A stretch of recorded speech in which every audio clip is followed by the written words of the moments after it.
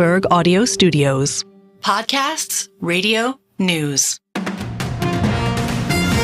This is the Bloomberg Daybreak Asia podcast. I'm Doug Krisner. You can join Brian Curtis and myself for the stories making news and moving markets in the APAC region. You can subscribe to the show anywhere you get your podcast and always on Bloomberg Radio, the Bloomberg Terminal, and the Bloomberg Business app. Well, Archegos Capital Management founder Bill Hwang has been found guilty of criminal charges stemming from his firm's collapse in 2021. Joining us now is our reporter on this story, Chris Dolmetsch, who's a Bloomberg US Legal Reporter. So, Chris, what were the key factors here in the prosecution's case that led to this conviction? Do they go mainly by the name of William Tomita and Scott Becker? Yeah, pretty much. And you can say that. Tomita was pretty much the nail in the coffin for Bill Hwang. He testified over more than 2 weeks. He kind of laid out a real pattern of how they would manipulate these stocks, and they would buy at auctions before the market opened. And, well, not auctions, I should say buy before the market opened and close to the close in order to boost the stocks and push them higher and try to increase the valuation of the stocks so that their portfolio got bigger and bigger. What about the counterparties, Chris, firms like Credit Suisse and UBS Group? Yeah, so those were, there were multiple witnesses from the counterparties who laid out in kind of detail how, what they told them that final week and leading up to that final week about their investments, about how much credit they had at other counterparties, and really, how spread thin they were during that time, which really the government laid out. Their theory was that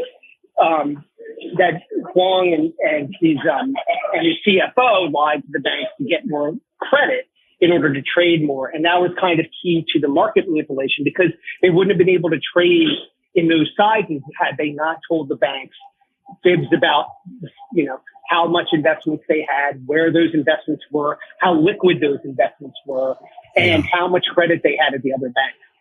It's astonishing, the demise of Archegos ultimately fueling the demise of Credit Suisse. To think that one trader, one bad apple, whoever it is, could bring down a legendary Swiss bank. It really just seems to suggest that the regulators were asleep at the wheel or something like that. Yeah, there is definitely that kind of aspect. I mean, obviously, there are many other factors that led to the demise of Credit Suisse. But this was kind of one of the big dominoes that started the chain that led to its downfall. And it kind of probably led regulators to kind of take a closer look at some of these family offices and, how they were investing. Really, the way that Hwang was investing through these swap transactions kind of concealed what he was actually doing. And that's kind of key to the whole scheme, is that if he was trading, as many do, by buying securities, and his defense alleged that, they argued that he was long in these positions. He believed in these companies. He wasn't just trading to get the prices higher. He thought these were a good investment. But in the end, they were not that liquid. And that was the problem, because when the margin calls came during that last week, he wasn't able to settle them, and that ultimately was denied. So if the regulators had been able to see that he was trading in regular stocks like a normal long investor would do, where they would buy the shares and therefore have voting rights. Instead, the banks were the ones buying the shares. All right, Chris, we'll leave it there. Thank you so much for joining us. Chris Dolmetsch, Bloomberg US Legal Reporter, on the line.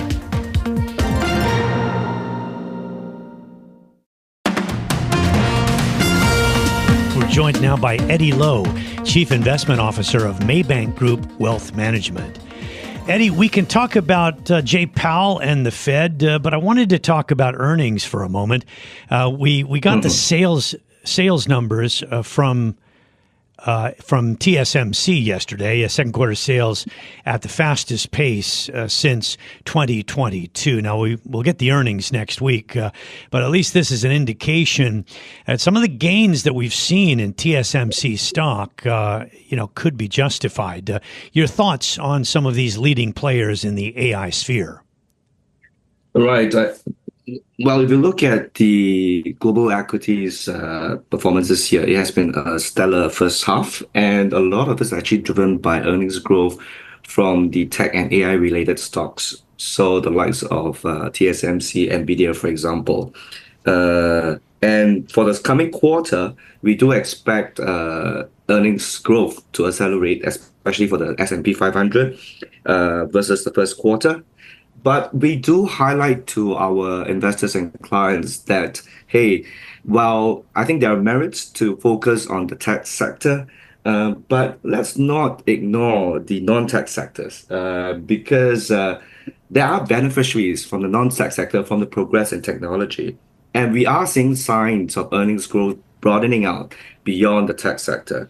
So given the fact that S&P 500 equal weighted in terms of valuation is much more lower than S&P 500 on a market cap weighted basis, we think there are merits to look beyond the tech sector into other sectors, including financials, energy, and industrials. So as I understand what you're saying, I mean, these other industries would be big beneficiaries of the adoption of AI in their business models. Is that right?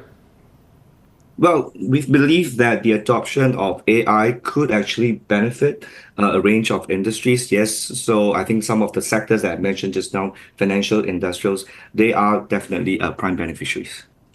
So financial is about the only sector really that has kind of matched tech in the S&P 500 so far this year. The rest of the areas, materials and industrials, we've had some rallies, particularly in the first quarter, but it sort of died in the second quarter. Do you expect that to pick up anytime soon?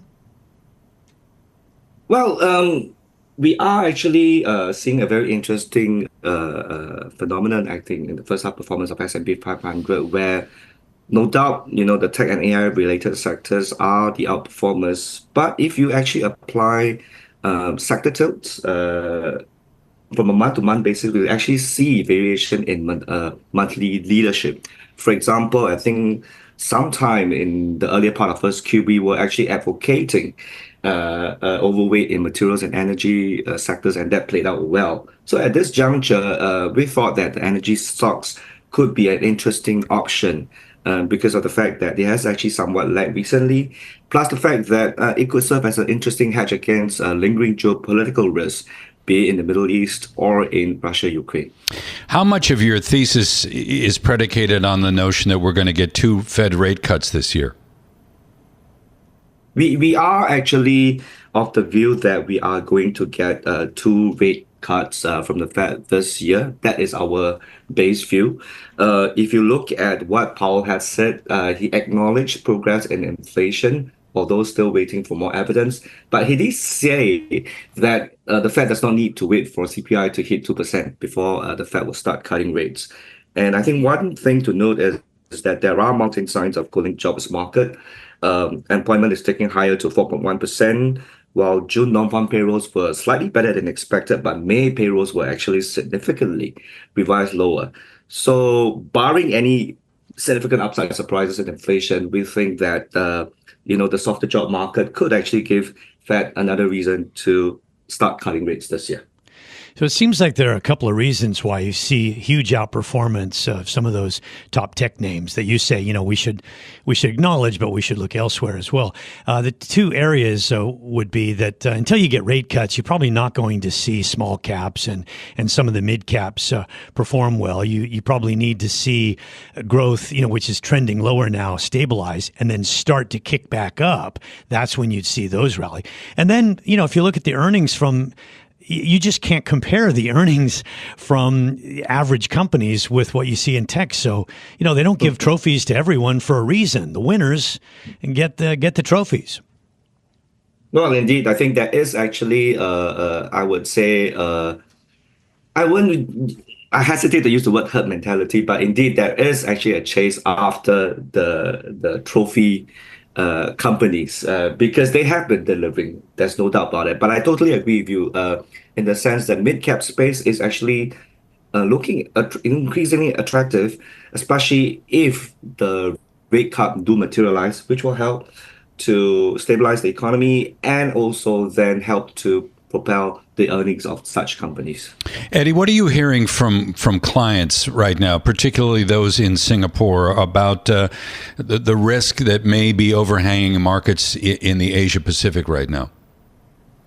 Well, we are, apart from, inflation, corporate earnings, one question we are getting quite a fair bit is what happens if Trump were to win the election, the president election this time around? What happens if there's Trump 2.0? So because we did actually recently publish a note to talk about the potential implications of a Trump presidential win, especially when he's talking about imposing 60% tariffs on China and 10% tariffs on the rest of the world. So I think that increased uncertainty could actually dampen sentiment on Asia-related assets. Now, having said that, this time round could be different. And we must note that this is the second election. I mean, if Trump were to win, this will be the second term. There wouldn't be a next election. So maybe perhaps he will be more willing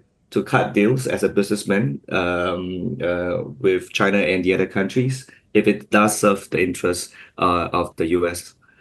Eddy, we talked about an opinion piece by Min-Shin Pei, one of our columnists, about how the U.S.-China relationship is probably worse than the Cold War. Never mind what he's getting at, but I'm curious, in your mind, do you see it as a competition? If I'm in a race with someone or playing golf against somebody, I don't think it's life and death. I just want to win. Is that what's happening between the U.S. and China, or is it sort of deadly survival type of stuff? Well, I would describe it as a strategic competition between the two superpowers on several fronts. I mean, on the military front, I think that's definitely something they are actually focusing a lot on. But on the technology front, especially if you can see what the US has done in terms of trying to block the export of technology or semiconductor equipment to China to impede the progress in terms of semiconductor for China. Yeah. Eddy, thank you very much for taking the time to be with us. Eddy Loh, CIO of Maybank Group Wealth Management.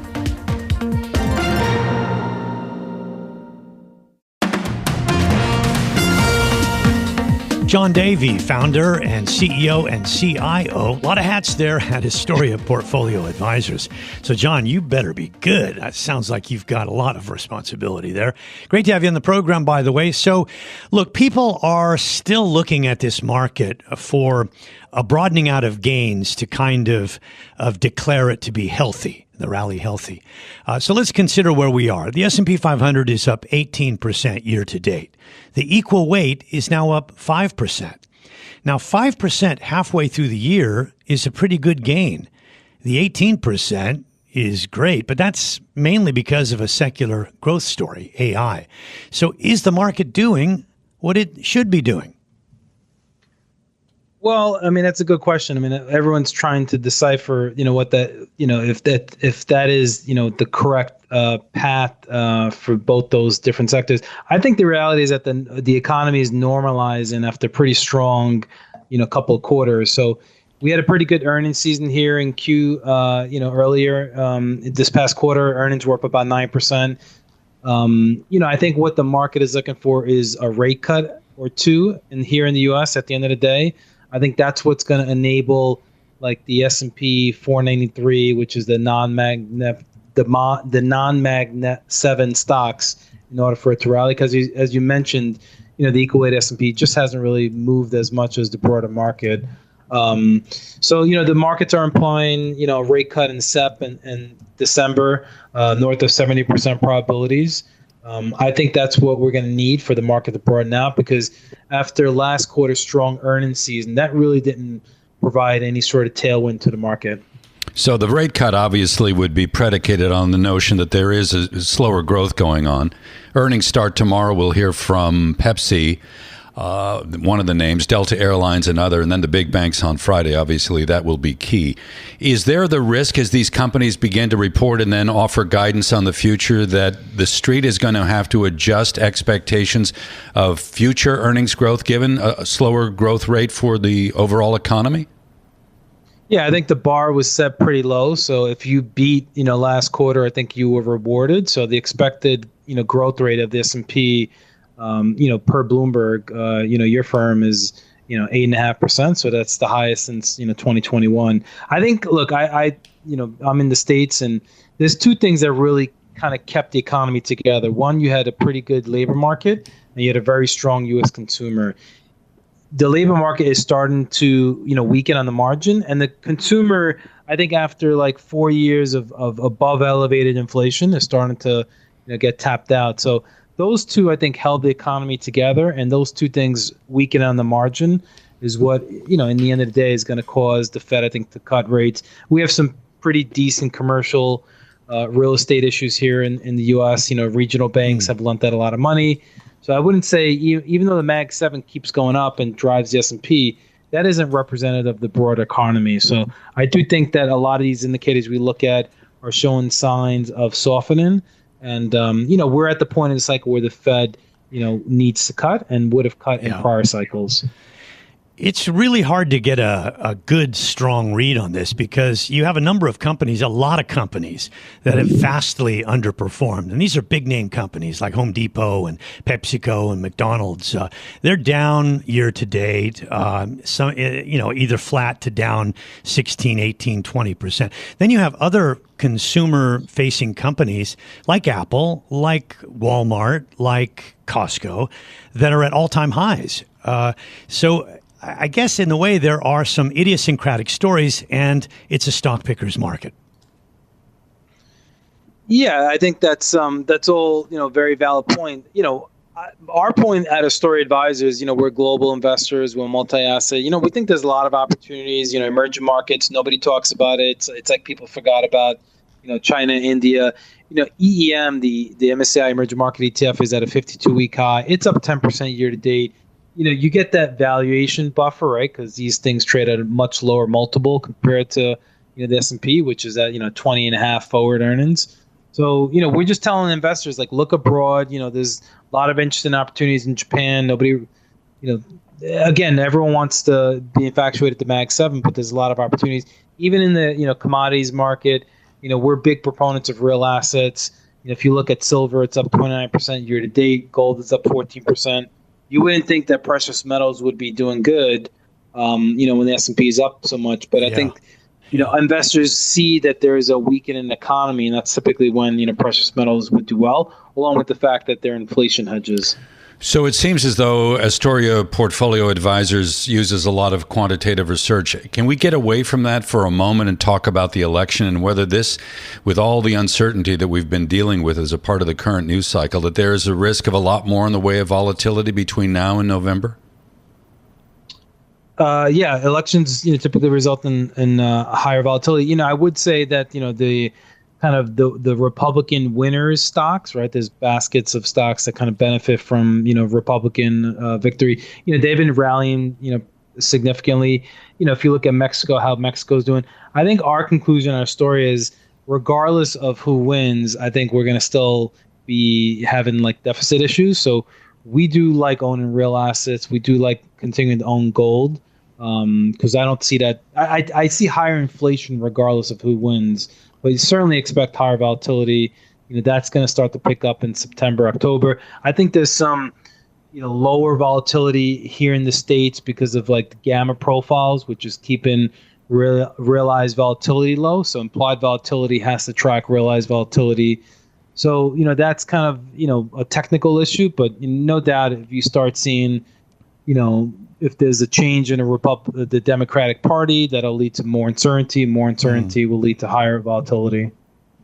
I'm hearing from a lot of guests that it doesn't really matter too much, that money is chasing equities here because of earnings, upward revisions and such. Are there some themes somewhere in there, other than the ones you've mentioned, particularly in the high-tech area that you like, where you're seeing companies raise their earnings projections?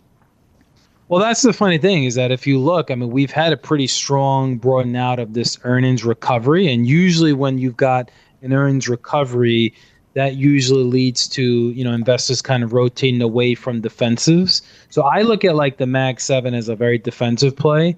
These are like high cash flow producing companies. But if you have more earnings growth, there's a lot more opportunities. There's something like 160 companies in the S&P that have had 25% earnings growth. So you should be broadening out your portfolio. The equal-weighted S&P is, 15, 16 P ratio, 17 P ratio. So you get a little bit of like a discount compared to like the broader S&P. And then if you go into like, things like Japan, emerging markets, so you can lower it pretty significantly. But, I would definitely be rotating out of, those heavy Mag 7 stocks. They've had a tremendous run. And, these things never stay at the top of the index forever. John, thank you. John Davi, founder, CEO, CIO at Astoria Portfolio Advisors.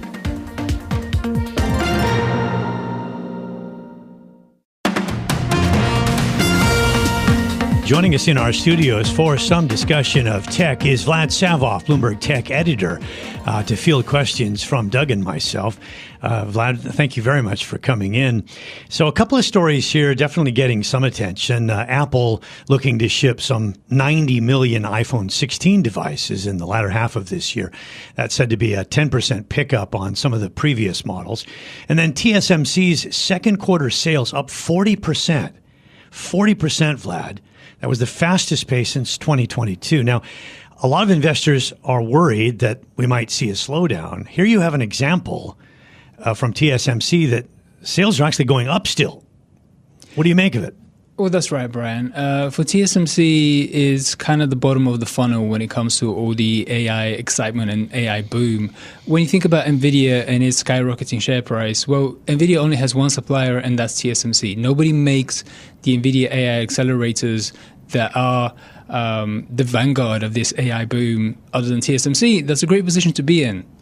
And when you look at people signaling some caution about NVIDIA and about its future growth prospects, well, I don't see the same thing with TSMC because whoever succeeds NVIDIA is most likely to go and be TSMC's customer again. So it's just an ongoing thing. And to the point with Apple and its rising prospects for the next generation of iPhone, guess who makes Apple's chips? I guess that's TSMC. Same company. Yeah. So the commonality here is the AI trade, and Apple has been very ambitious in designing, a program that would be compatible with only Apple devices. Do you think Apple is going to really stand apart? One of the things about this company, that may be late to the game when certain trends establish themselves, but they have a real good track record at perfecting technology, especially for the consumer. Do you think that will hold up with the iPhone 16? That's right. And honestly, we are going to have to wait and see. One of the ways that I think about this is whether Apple would be introducing AI features today if it wasn't for ChatGPT and the entire wave that ChatGPT kickstarted. Frankly, if you're Apple, just as a business, you don't have the option to come up to the tail end of this year and think about it. The iPhone 16 means all of 2025, essentially. You don't have the option to go into 2025 without AI features. So think about this question, which I don't have a clear answer to. Would Apple be introducing all these AI features this year if it had its own way? Probably not, because when you look across the spectrum of what services are actually being released and unveiled under this AI label, they're very disparate. There isn't a clear through line of what consumers really want and demand as far as AI goes. And also Samsung is another key story today that we've talked about a little bit. Samsung is raising prices, so that's one thing. And then also betting more on artificial intelligence, particularly on, advancing its foldable phone. So what do you make of those developments? That's right. Well, sitting here and just waiting for our conversation, Brian, I thought of this. There is no plan B, there's just plan AI. as far as the entire tech industry goes. Oh, that's a good one. Okay, we'll give you credit for that. I was inspired by you, Brian, sitting in your presence. I'm sure you wrote that because you don't steal. Well, think about it. Microsoft is making a huge push with its Copilot software for Windows in the autumn and into the winter, into the holiday season. Apple with Apple Intelligence, with the iPhone 16 we just discussed, and then Samsung likewise. Because when it comes to hardware, these devices, whether it's laptops or smartphones, even foldable smartphones, are largely mature. All you can do is make them a little bit thinner, a little bit lighter. And the way that you can really spark more interest from consumers is to say, we have these unique new features, these AI features that you're really going to want, your friends are going to have, and you're really going to want them to. But quickly, is a smart ring going too far? Well, smart rings have been around for a while, and the interesting thing with Samsung is because of its scale and its reach, it can popularize them. It can make them a genuine category. And again, much like the AI features, that kind of needs to prove itself over the course of time. I think that the wearable market, particularly where telemedicine is involved, is in the early stages here. I think there's a lot to be gleaned as we look at what Apple is doing in terms of med tech. Sure, and to Samsung's advantage is the fact that Apple doesn't have a product there. Samsung wants to be in these spaces that Apple doesn't yet occupy. Well, you could make the case that the watch, is basically a wearable device. Whether it's a ring or a watch, you're monitoring, skin temperature, you're monitoring a person's sleep cycle, you're monitoring, it's a sensor basically on the human body. In what form we can debate, but I think that Apple realized the potency of the watch as something that could be a bridge to telemedicine. Absolutely. And I think the big test with Samsung's new products, whether it's the Galaxy Ring or its new $650 Galaxy Watch Ultra, which goes up against the $800 Apple Watch Ultra, is to test how much consumers are going to be willing to spend for these things. We know that people like health tracking. We know that they like health metrics, but how far is their budget going to stretch for those devices? We started off by talking about TSMC, and you correctly pointed out that it's really at the center of a lot of things, particularly with semiconductors, and that's fast becoming, if it isn't already, the most important industry in the world. The tricky part is it's in Taiwan, very close, a stone's throw from China. Have you been monitoring that relationship? We just had Ed talking about how some ships and planes have entered the airspace of Taiwan. What do you make of that? Well, that's always been an open question. The really striking thing to me, I like to think of Taiwan as like a $7 trillion island because I just mentioned it. Without Taiwan and without TSMC specifically and its production in Taiwan, there is no NVIDIA AI chips. There is no iPhone. So there's a lot at stake, but all these companies seem to be investing both their businesses and money and faith in Taiwan going forward. Excellent. Vlad, thank you so much for joining us here in our studios. It's always interesting. Vlad Savov, Bloom Tech editor. This has been the Bloomberg Daybreak Asia podcast, bringing you the stories making news and moving markets in the Asia Pacific. Visit the Bloomberg podcast channel on YouTube to get more episodes of this and other shows from Bloomberg. Subscribe to the podcast on Apple, Spotify, or anywhere else you listen, and always on Bloomberg Radio, the Bloomberg Terminal, and the Bloomberg Business app.